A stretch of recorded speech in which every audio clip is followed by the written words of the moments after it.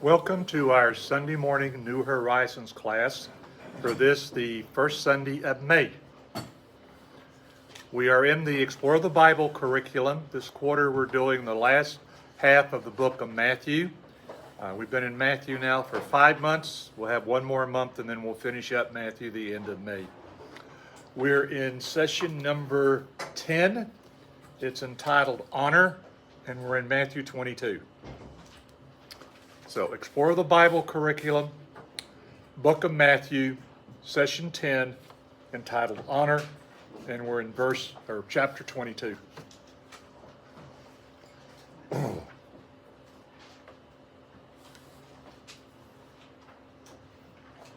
How many of you remember when you were in probably elementary school? Don't remember. I don't think we did it in high school. But how many of you remember when you were in elementary school, starting your day by joining in and saying the Pledge of Allegiance to the American flag? Yeah, and the Lord's Prayer. Okay, I don't remember the Lord's Prayer, could have, but I do remember saying the Pledge of Allegiance to the American flag every morning in elementary and junior high, I'm pretty sure, before we started the day. I also remember every summer we would have 2 weeks of vacation Bible school, and we would start every session of vacation Bible school with having the American flag, the Christian flag, and the Bible brought down the center aisle, and we would do the Pledge of Allegiance to all three of them before we started the general session for VBS every morning. You ever thought what it means to pledge allegiance to something? We did it in school and in VBS. I'm not sure we understood what we were saying, what we were doing. It became almost rote to do it. But what does it mean to pledge allegiance to something? All out. All out? All out in belief of it. All out belief in it, okay. Honor. Honor, Support. commitment, devotion. Yeah, I heard somebody say honor. I mean, the lesson today is on honor. But when you pledge allegiance to something, we say that we are going to be loyal to that. When a new citizen is made at the citizenship ceremony, one of the things they are asked or are told is that they have to no longer pledge any type of allegiance to their former country. They have to totally be devoted to the United States to be a citizen. Not only can you have allegiance to a nation or a religion, but you can also have allegiance to people or to ideas or organizations. And you have to be careful, me talking now, you have to be careful who or what you are pledging allegiance to.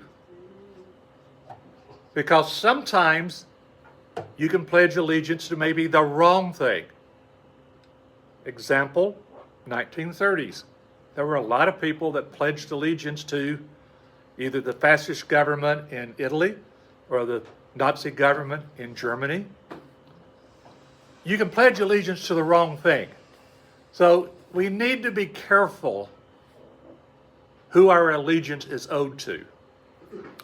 In today's session, the Pharisees are going to confront Jesus with a question of whose allegiance they should pledge themselves to, or whose allegiance does he support? What organization or group does he support as far as pledging allegiance to something? We are in the final week of Jesus' life. We have started a couple of weeks ago with Passover week.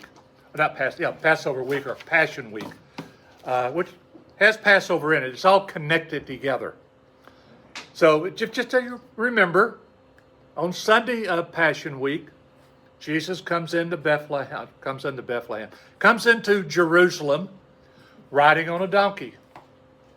Goes to the temple complex, looks around, goes back to Bethany, which is outside of the city, spends the night with Mary, Martha, and Lazarus.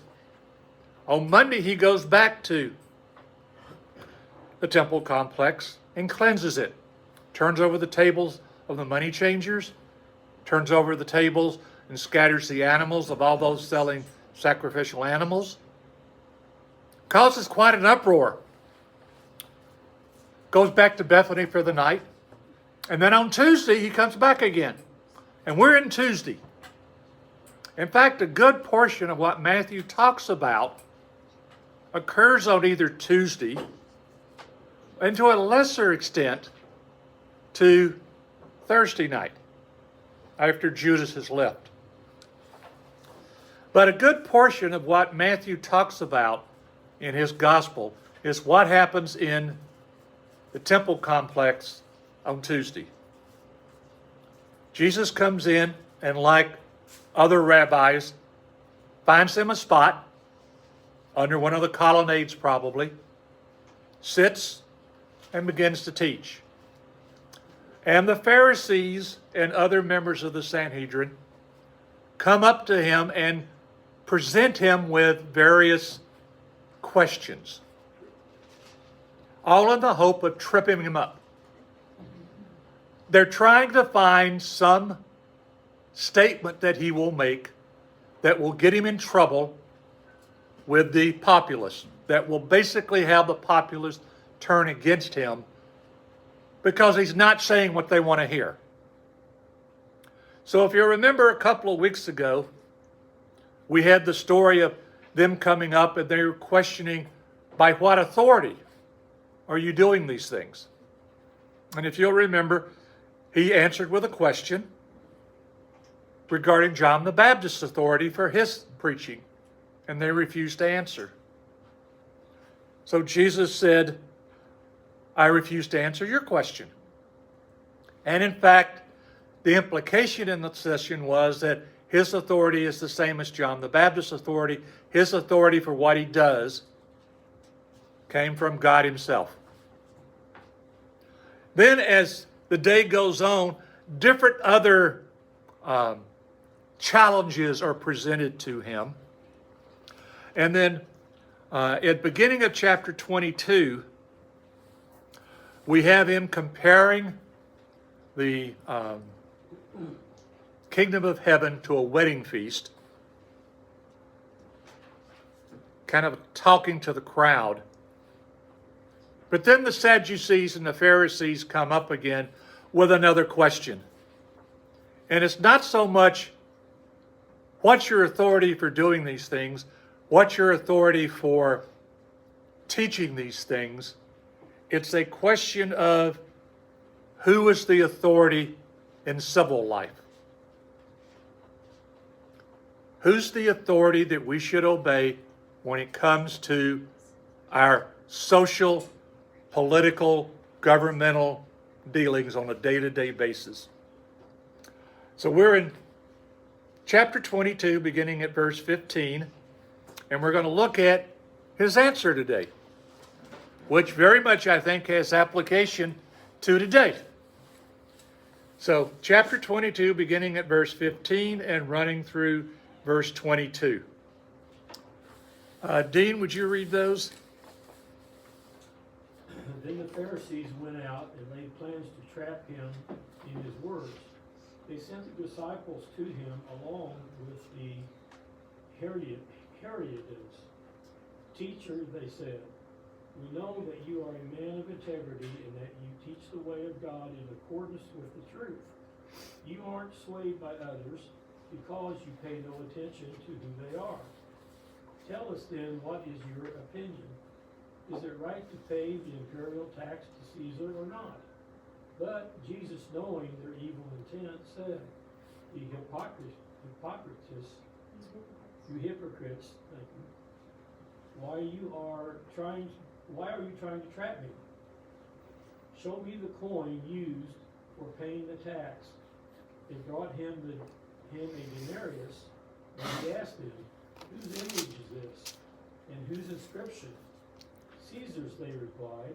Then he said to them, "So give back to Caesar what is Caesar's, and to God what is God's." When they heard this, they were amazed. So they left him and went away. Okay. In the home one, beginning at verse 15, then the Pharisees went and plotted how to trap him by what he said. So prior to this, verses 1 through 14, he is told the parable of the wedding banquet, talking about the guests that are invited to the wedding banquet, and how the ones that were initially invited all came up with excuses about why they couldn't come. So now, after having heard that, they got together. Depending on your translation, it will say that they plotted, or they conspired, or they laid plans. They got together, which the word Pharisee really means separated one. Separated in the fact that they were very strict adherents to the Old Testament law. But they were not separated enough that they didn't get together, put their heads together to come up with a scheme of what they could get Jesus to answer, what they could get him to say that would get him in trouble with the multitudes that were around him listening to his teaching. So they sent their disciples to him with the Herodians. This is an interesting combination. So to begin with, it's not the Pharisees that are coming to Jesus. They send their disciples. Maybe they thought, Jesus may let his guard down. If it's not us, if it's just some, quote, ordinary people that are coming up to him, maybe he'll let his guard down and he'll say something that's wrong. But what's even more interesting is they send their disciples, also sent the Herodians. That's like sending two different political parties to the front. The Herodians were people who supported Herod Antipas, which was an offspring of Herod the Great. They supported the Herods and their building projects, which means they supported Rome because Rome supported Herod. So we've got the Pharisees who disliked Rome teaming up with the Herodians who liked Rome to come up with an answer or a question that Jesus could be trapped by. Any answer he gave was going to tick somebody off. Because these are two different groups with two different ideas about how society should be organized. So they start off, teacher, they said. Or it may say rabbi, depending on your translation. Teacher, they said, we know you are truthful and teach faithfully the way of God. You defer to no one, for you don't show partiality. Everything they said is true. We know you are truthful. You teach faithfully the way of God. You don't show partiality. Everything they said is true. I detect a little sarcasm here.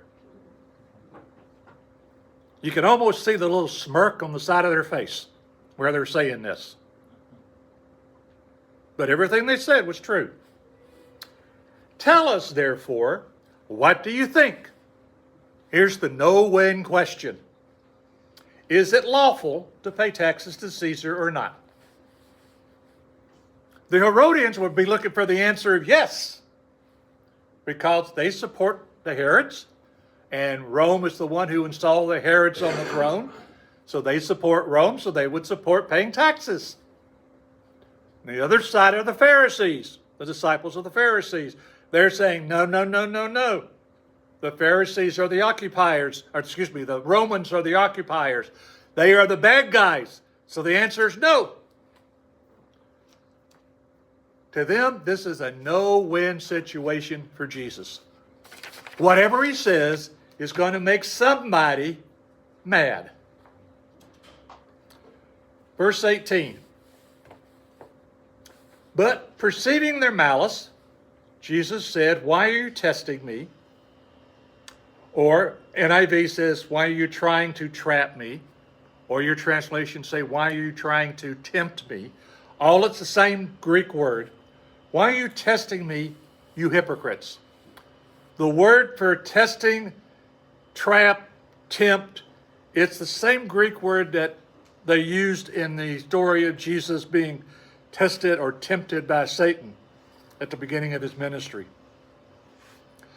Why are you testing me, you hypocrites? The word hypocrite is actually a word from the theater. It means wearing a mask. It means pretending to be somebody or you're not. Remember a minute ago I said all the things that they said about Jesus was true, but I can almost see them with a little smirk on the side of their face. They're pretending, Jesus is saying to them, why are you trying to trap me by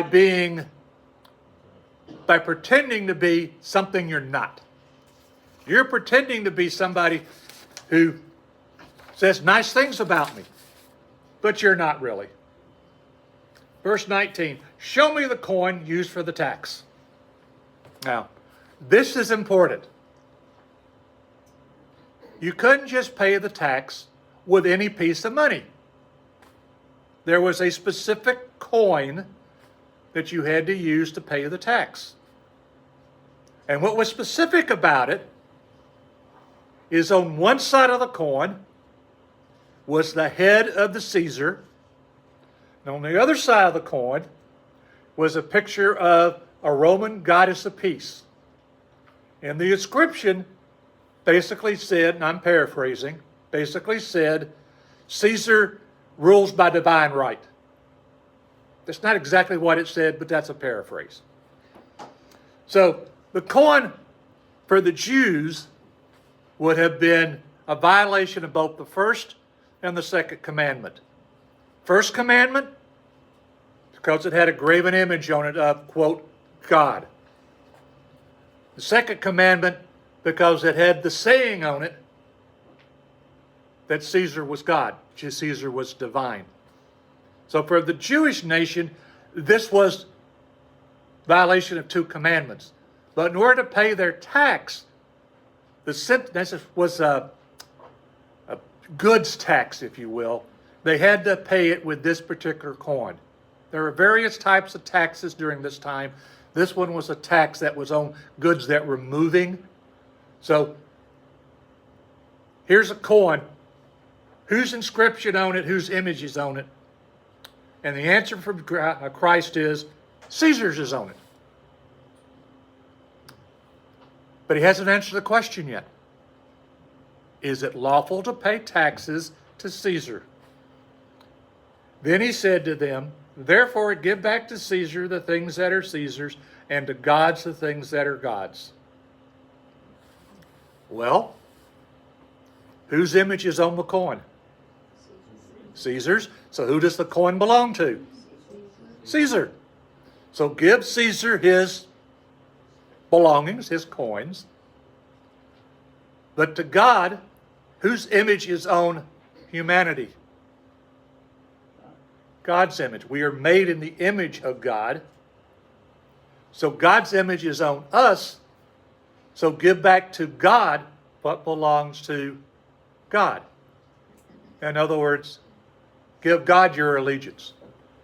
Jesus is basically saying to the question, you can be a good citizen of both your secular government and of the kingdom of God.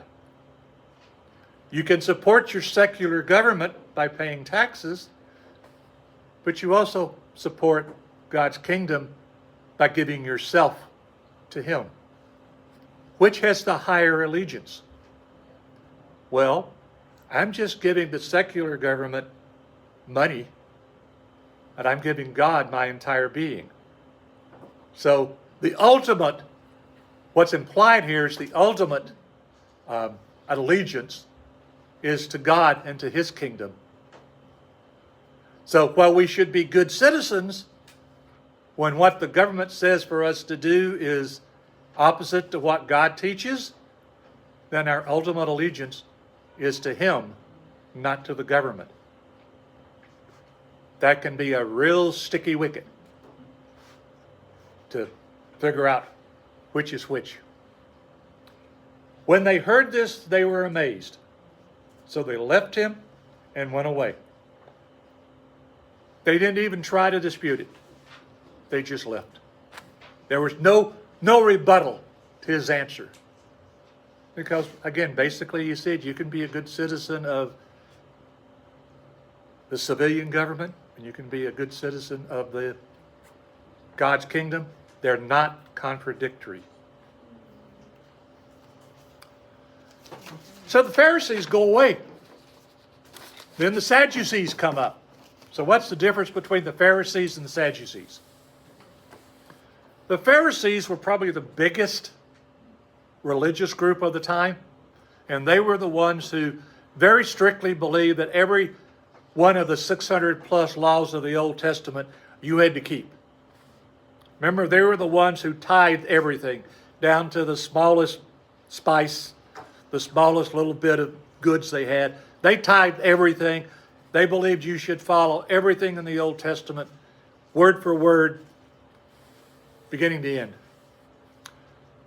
The Sadducees, on the other side, were more liberal, I guess I would say. They were the wealthy. They were more liberal in their interpretations of the Old Testament rules. They also, interesting fact, I didn't know this, they also probably had the preponderance of membership on the Sanhedrin. You know, Sanhedrin is made up of both Pharisees and Sadducees. But one commentary said they probably had the preponderance of people on the Sanhedrin. But while they were more liberal in the kind of the social area, they were also very conservative. They would have also been against paying taxes to Rome. But that was not the issue that they brought forward. Their issue, if you look at verses 23 through 40, no, excuse me, 23 through 33, the question they bring is dealing with the resurrection. So why would they bring a question about the resurrection? For the Sadducees, the only books of our Old Testament that they believed were applicable to life were the first 5. So Genesis, Exodus, Leviticus, Numbers, Deuteronomy. The Torah was their scripture. The Pharisees, on the other hand, took the Torah and added to it the prophets and the Psalms. Most of the rest of what we would call the Old Testament.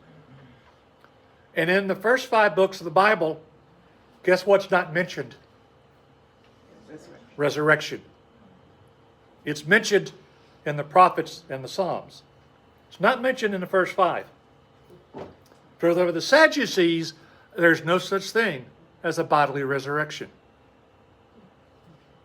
So the question that they give to Jesus deals with resurrection.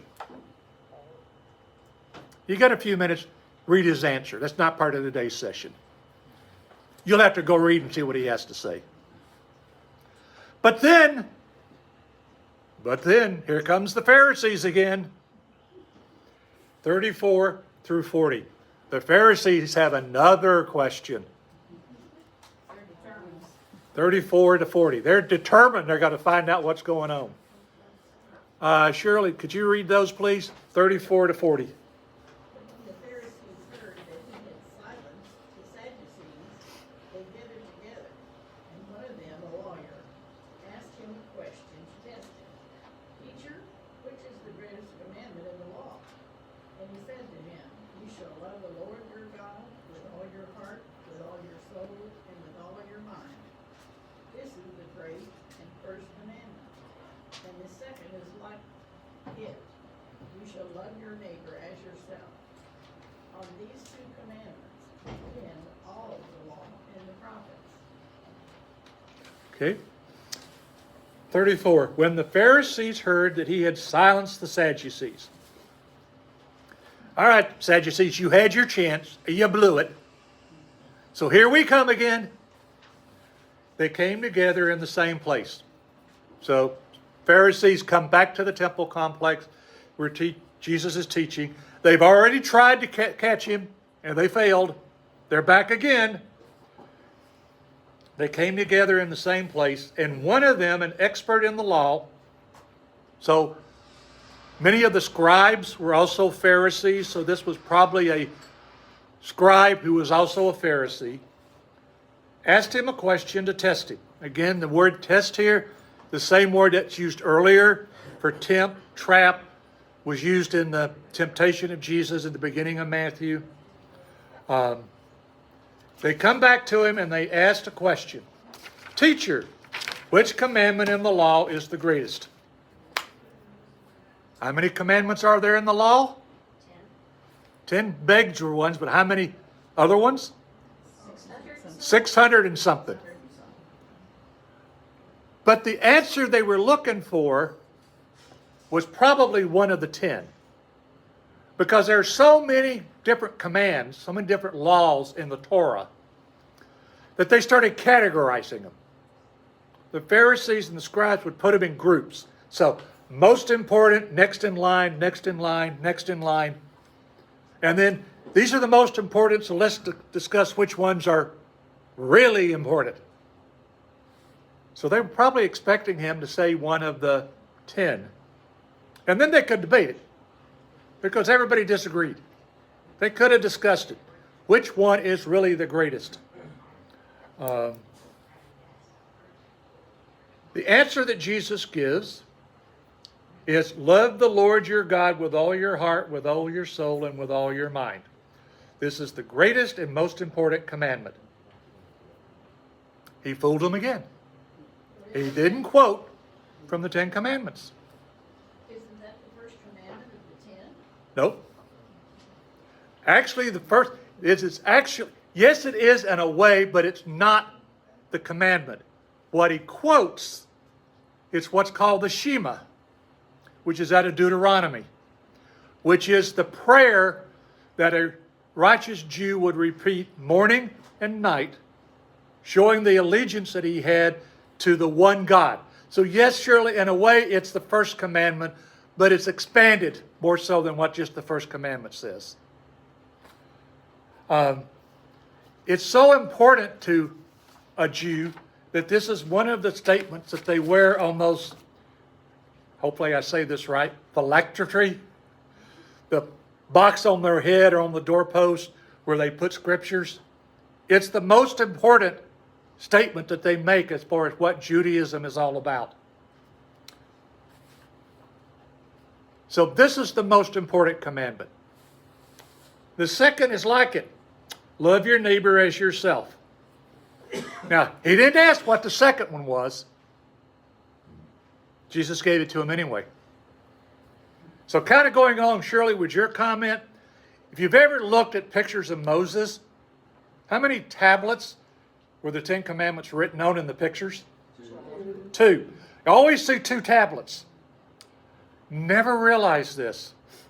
But there are 2 tablets because the first tablet has the first 4 commandments.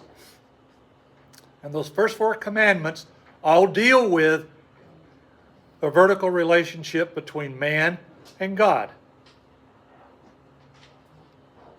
Worship no other God. Don't take my name in vain. Honor. First 4, horizontal or vertical. The other 6 are the horizontal. How you deal with man. So Jesus' answer really encapsulated the first 4. Love God with all your heart, soul, mind, and strength. And the next 6, love your neighbor as yourself. So he encapsulated all 10 of them, and by implication, all 600 plus others, in 2 statements. All the law and the prophets Remember, the Pharisees believed the prophets' writings were part of the Old Testament.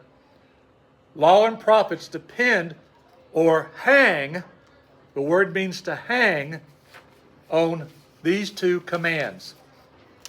The word hang here means like you hang a door. A door hangs on hinges. Well, every other law, every other relationship that you have is hinged on these 10 commandments. If you follow those in the spirit, not just the letter, but in the spirit, then you have fulfilled your obligation to God. Basically, he says, if you can't love your neighbor as yourself, then how can you love God?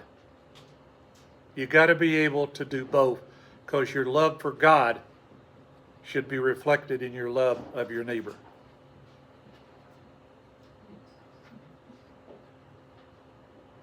So where is your ultimate allegiance? To God. How do you show that allegiance?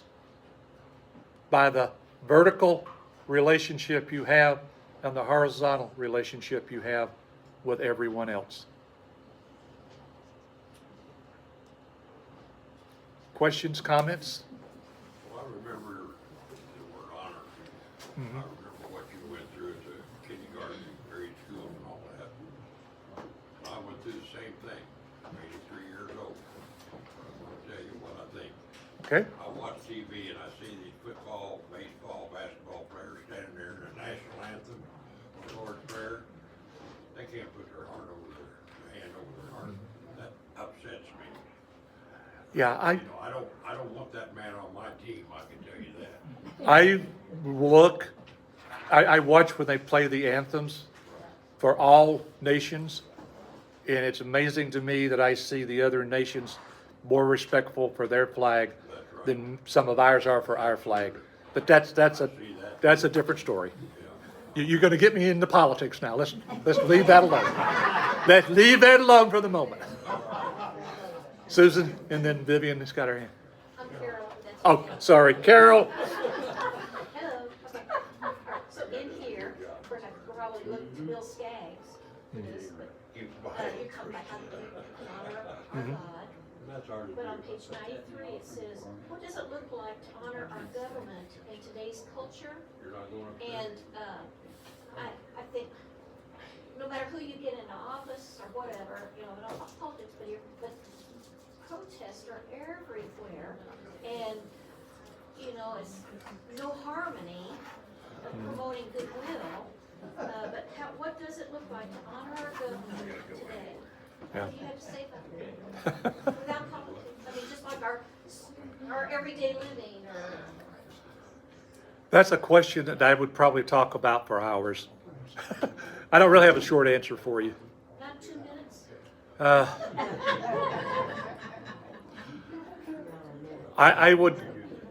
I'll say this, and then I'm going to let Vivian talk, and I'm going to be quiet before I get in trouble. Honor the position, not the man who fills it. Vivian? I'm going a whole different direction. The way you can tell the difference between a Pharisee and a Sadducee, the Sadducees do not believe in the resurrection, therefore they are sad, you see. I saw that one coming.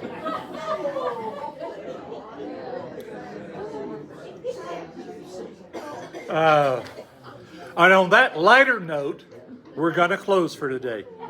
Let's close with prayer. Heavenly Father, we thank you for this time that we can come together and look at your word. We thank you for what it says about honoring our government, but also honoring you. And what it says about how we should honor you by honoring those around us. May we take it to heart. Even when we disagree with what is done in politics, may we honor the men who fill those positions because of the position they are in, not because of who they are, but what they are called to do for our society. And may we realize that ultimately, our ultimate allegiance is to you. May we see that in all that we do. For we ask it in your name. Amen.